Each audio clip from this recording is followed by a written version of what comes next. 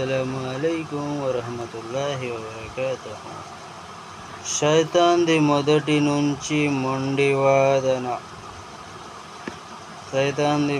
నుంచి మొండివాదన.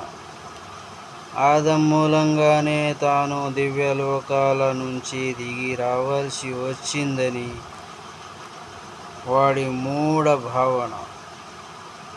అందుకని ఆదంపై అతను అనవసరంగా కక్ష పెంచుకున్నాడు. ప్రళయం వరకు చల్లారిన ఒక అసూయ జ్వాలను తనలో రగిలించుకున్నాడు. ఆదం జాతి వినాశనం కల్లారా చూస్తే గాని వాడి కడుపు మంట చల్లారేటట్టు లేదు.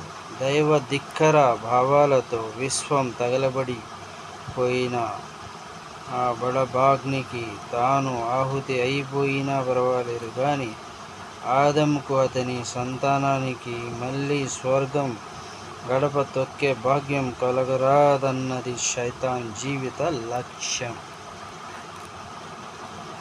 అందుకనే వాడు ఆదంపై పగ ప్రతీకారాల ప్రచండ నిప్పుల వాన కురిపించాడు. భూమండలం నిండా అసూయ అగ్నిగుండాలు రగిలించాడు. దాంతో విశ్వం మొత్తం విద్వేషం, వైషమ్యం, నేల విషయ వాయువులు అల్లుముకున్నాయి. ఆవని అంత అల్లకల్లోలమైంది. అస్సలాము అలైకుం వరహమతుల్లాహి వబరకాతుహు.